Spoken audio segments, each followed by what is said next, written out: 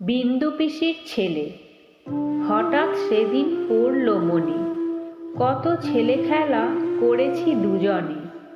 ছেলেবেলার দিনগুলো সব ভাবলে এখন লাগে আজও। সেদিনের সেই তুমুল কাণ্ড, লড়াই তুঙ্গে, বই খাতা সব লণ্ডভণ্ড। তখন বোধ হয় আমাদের ক্লাস 7। বাবা এবার ঘরেই টিউশন দেবেন।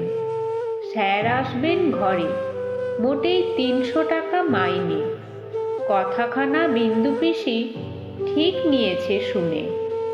বাবার কড়া শাসন, মেয়ে যাবে না বাইরে। তুমি বিন্দু পিসির ছেলে, তাই ঢুকতে দিতেন ঘরে। বিন্দু পিসি আমাদের বাড়ির কাজের লোক। ছেলে হবে ইঞ্জিনিয়ার, বড্ড তার ঝোঁক। অঙ্কটা স্যার ভালোই শেখান, ইচ্ছে বড় তার ছেলেকেও যদি একটু দেখান। বাবা রাজি হলেন শেষে, শর্ত ছিল বসা যাবে না পাশাপাশি গা ঘেঁষে। এরপর আলাপ, বন্ধুত্ব, তারপর ভালো লাগা। পড়ার ফাঁকে আর চোখে তাকিয়ে দেখা।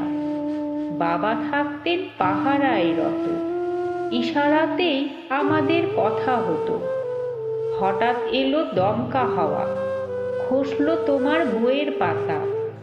ধরতে গিয়ে বইয়ের পাতা পড়লে তুমি আমার কোলে রেখে মাথা।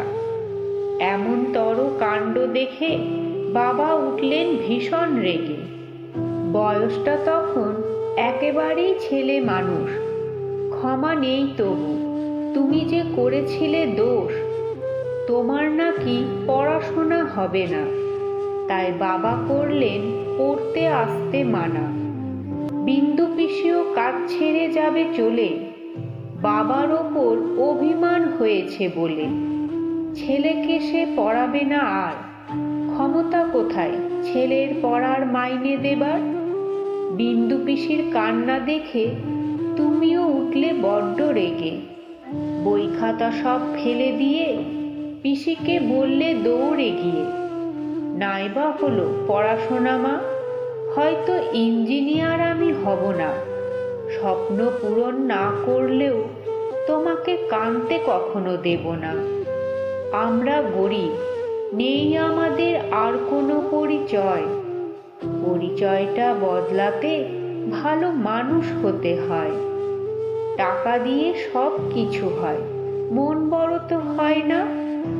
অগাধ টাকা থাকলেও কেন কেউ কাউকে দেয় না।